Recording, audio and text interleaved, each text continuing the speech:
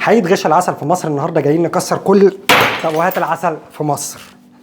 عشان ما حدش يدسلك السم في العسل، انا بقالي شهرين في مصر ما بعملش اي حاجه غير ان انا بدوق عسل في مصر، واكتشفت الاتي: مش النحل طلع زيه زينا بيشرب ميه بسكر، والنحل يا عيني غلبان اخلط يا باشا ابو قرش على ابو قرشين والنحال عبي وبيع، وده في فتره السيزون او الموسم. ده غير بقى الناس اللي بتحط لك ماده غريبه وتحط لك عليها طعم ولون وريحه العسل وتعبي وتبيع زي ما شفنا قبل كده.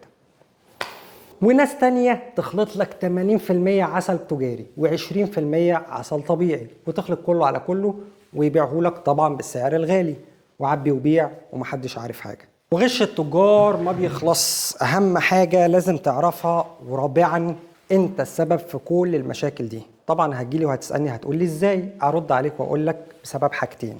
أولا، جزء كبير من اللي بيتفرج عليا دلوقتي هو مهتم بالفئة السعرية فقط. اهم حاجه العسل رخيص، انا فاكر ان انا باخد حاجه بتفيد صحتي، والكلام ده غلط.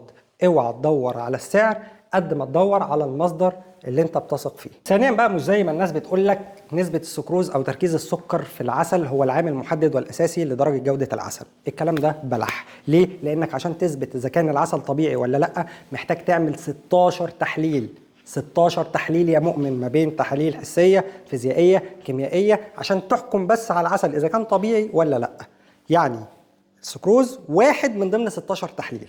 يعني لو السكروز طلع نسبته مثلا 5، فانا عندي 16 تحليل تانيين ممكن يبقوا 100%، ممكن يبقوا 90%، ممكن يبقوا 80%، وعلى هذا الاساس بيتم تحديد درجه جوده العسل، ومفيش حد بيعمل ال 16 تحليل. حط ده في مخك.